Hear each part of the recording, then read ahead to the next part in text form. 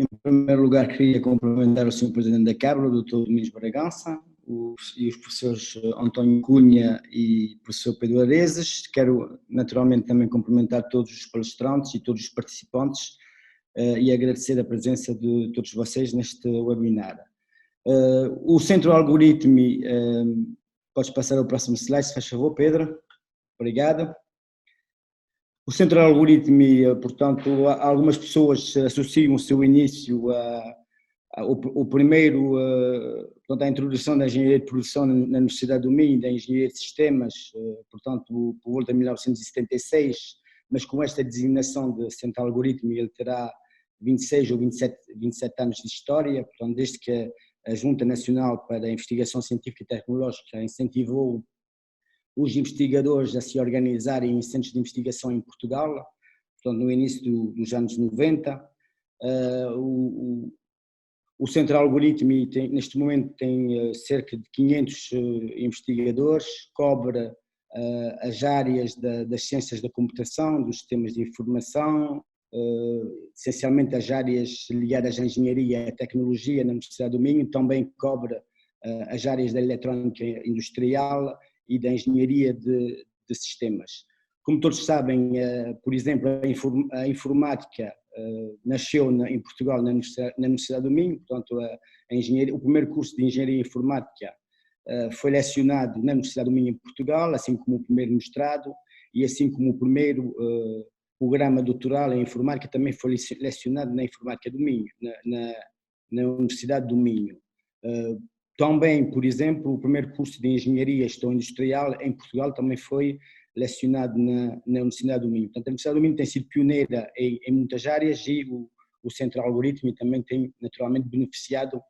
dessa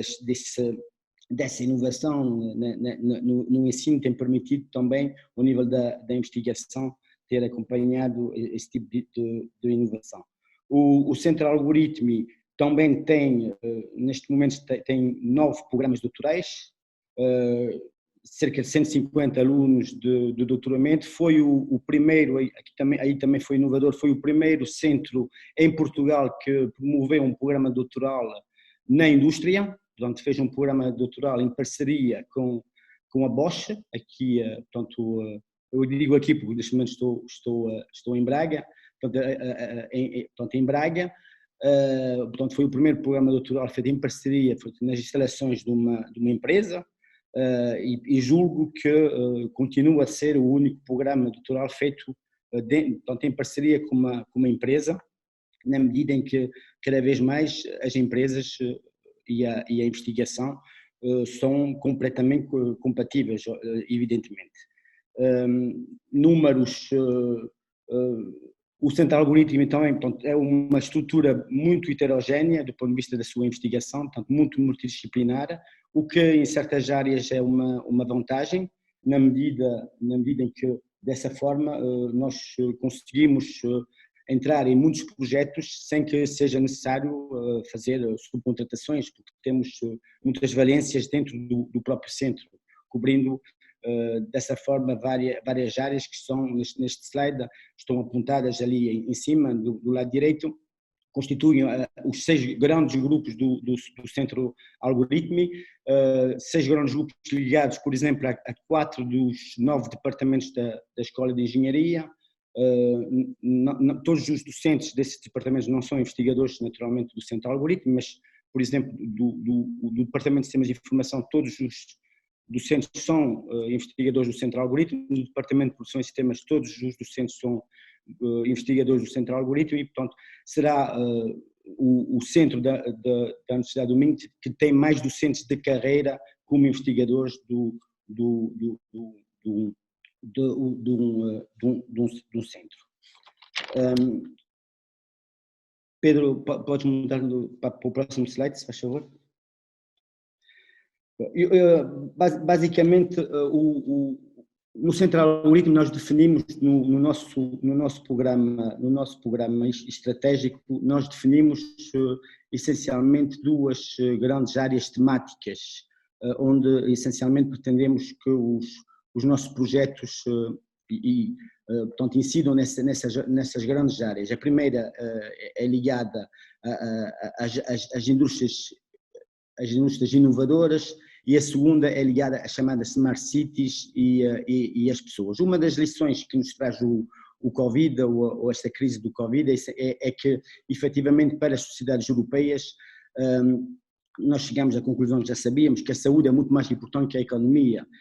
e de certa forma alguns indicadores como a mobilidade e a mortalidade acabam por ser muito mais importantes do que, por exemplo, o PIB, não é? E, portanto, as sociedades europeias não tiveram problemas nenhuns em sacrificar o PIB para beneficiar outro tipo de indicadores. Outro indicador que esta crise nos traz, de certa forma, é que a aceitação da tecnologia,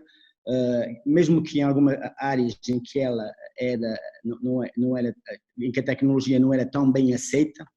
acabou por ser uma surpresa. Por exemplo, durante muitos anos os hospitais recusaram-se a fazer teleconsultas, mesmo em alguns casos havia doentes que faziam mais de 100 km para ir a uma consulta a um médico em algumas zonas rurais e do interior do país, e de um momento para o outro passou a haver teleconsultas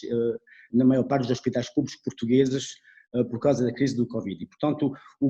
isto é apenas um exemplo de que, de facto, a tecnologia passou a ser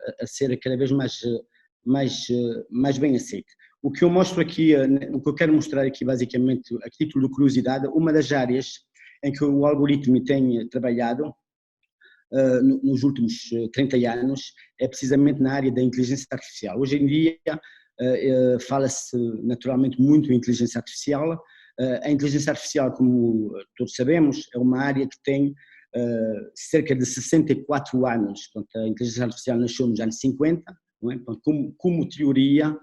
como ciência, como disciplina, é uma área que tem cerca de 64 anos e dentro do algoritmo nós temos grupos que trabalham em inteligência artificial desde o seu início. Portanto, a inteligência artificial não é propriamente uma área nova. Evidentemente que a inteligência artificial significa, na sua definição, dados mais computação, isto é, Big Data, ou seja, dados com grandes quantidades de dados, mais computação de alto desempenho. E hoje em dia também muita gente fala no conceito 4.0, quando estamos na indústria 4.0, em que evidentemente nós demoramos cerca de 120 anos a chegar à indústria 1.0, depois demoramos cerca de 70 anos a chegar à indústria 2.0, depois o 3.0 demorou aliás 70 anos para chegar ao 3.0, depois 20 anos para chegar ao 4.0, e no momento em que toda a gente está a discutir o 4.0,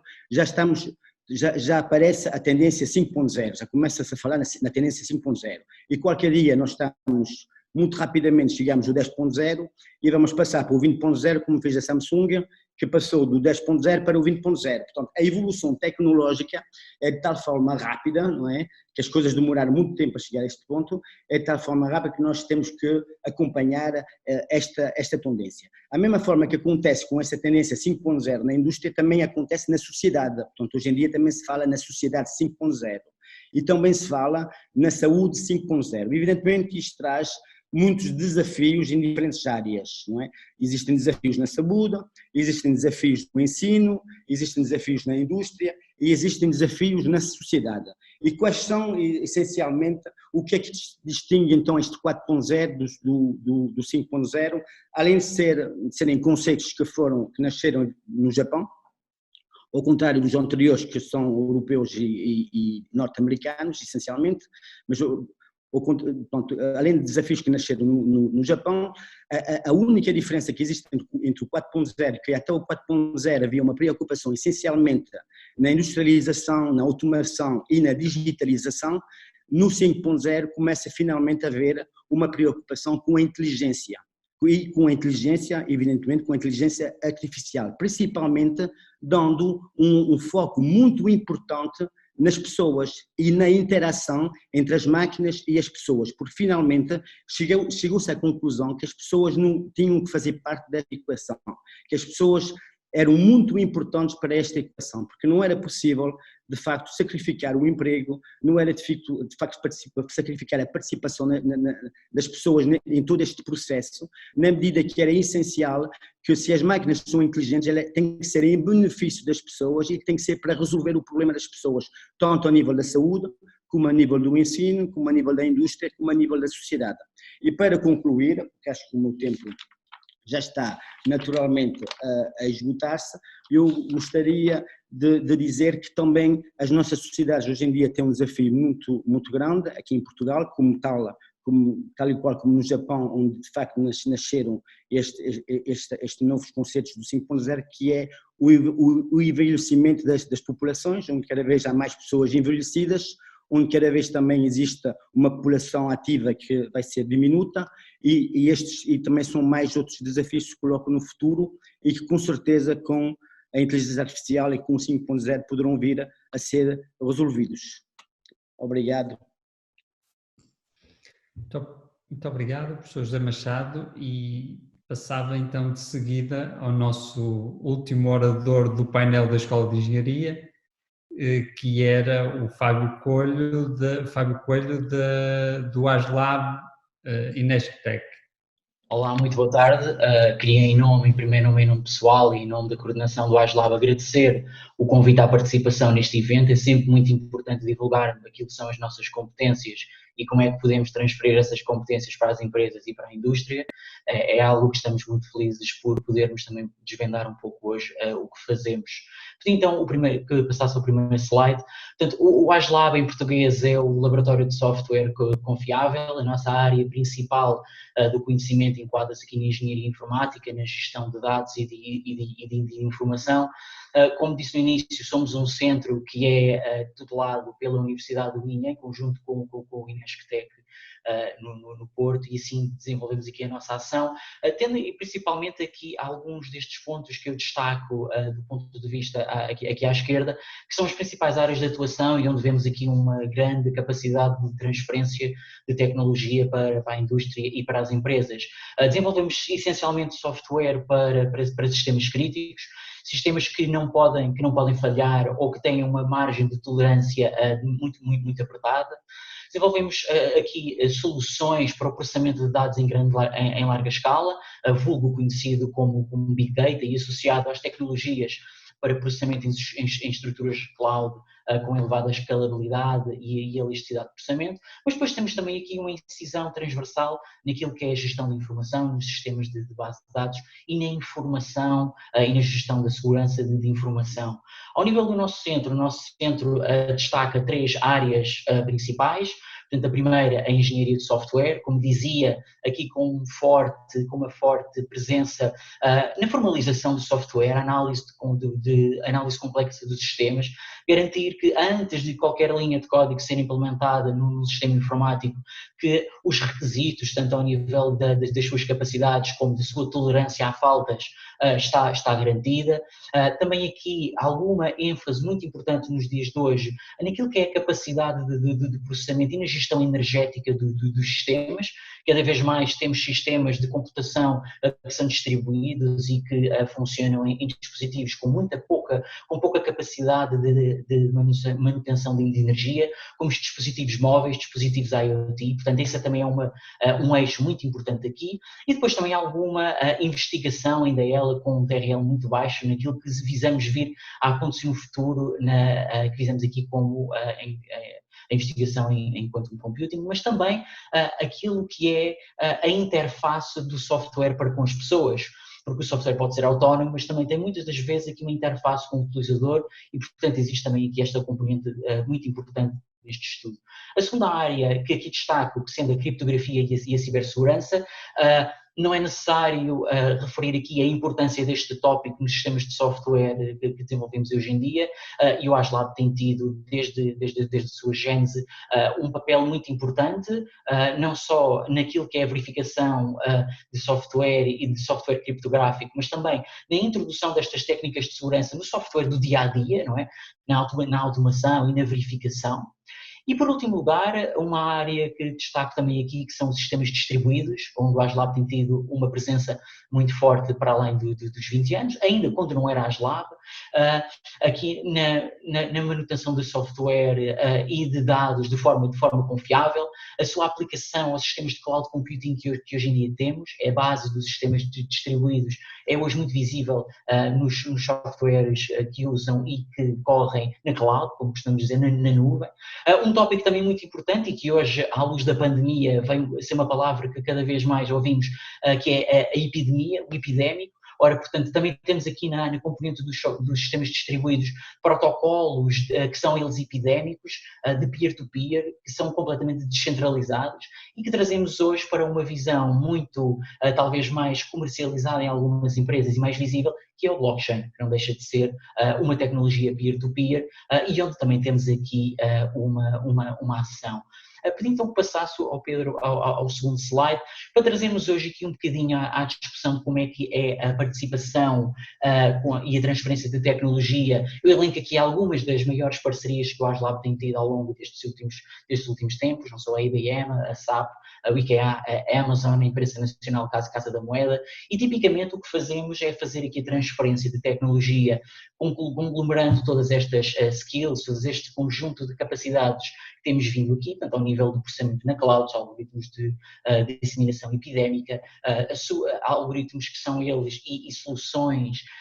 para utilização segura e criptográfica eficiente na cloud, com garantias de privacidade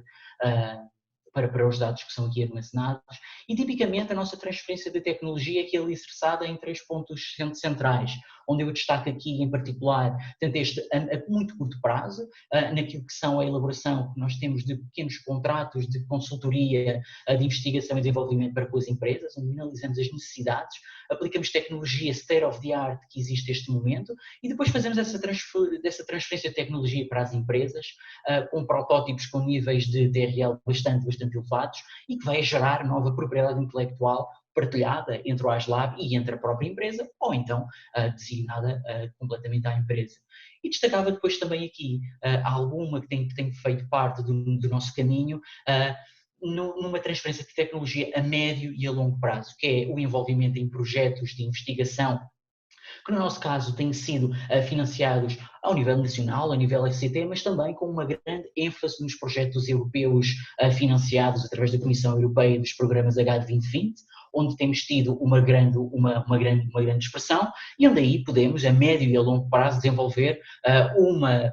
situação de parceria com as empresas, trazendo-as para os consórcios, trazendo essa tecnologia de elevado desempenho e state of the art para aquilo que vão ser os seus novos projetos. Trazer também aqui, para finalizar um bocadinho, aquilo que é a dimensão também do ASLab. Nós temos sensivelmente 100 investigadores, entre docentes e investigadores contratados e alunos de doutoramento. Temos aproximadamente um cash flow anual que aproxima 1 a 1,5 milhão de euros, sensivelmente anual. E queria também trazer aqui, para finalizar, aquilo que é uma experiência muito positiva que temos tido com estas empresas de grande porte em Portugal, onde destaco aqui a EDP Distribuição, onde o abrigo destes projetos H2020 europeus, mas também ao nível de pequenas contratações de ID a menor curto prazo, conseguimos ter tecnologia que é demonstrada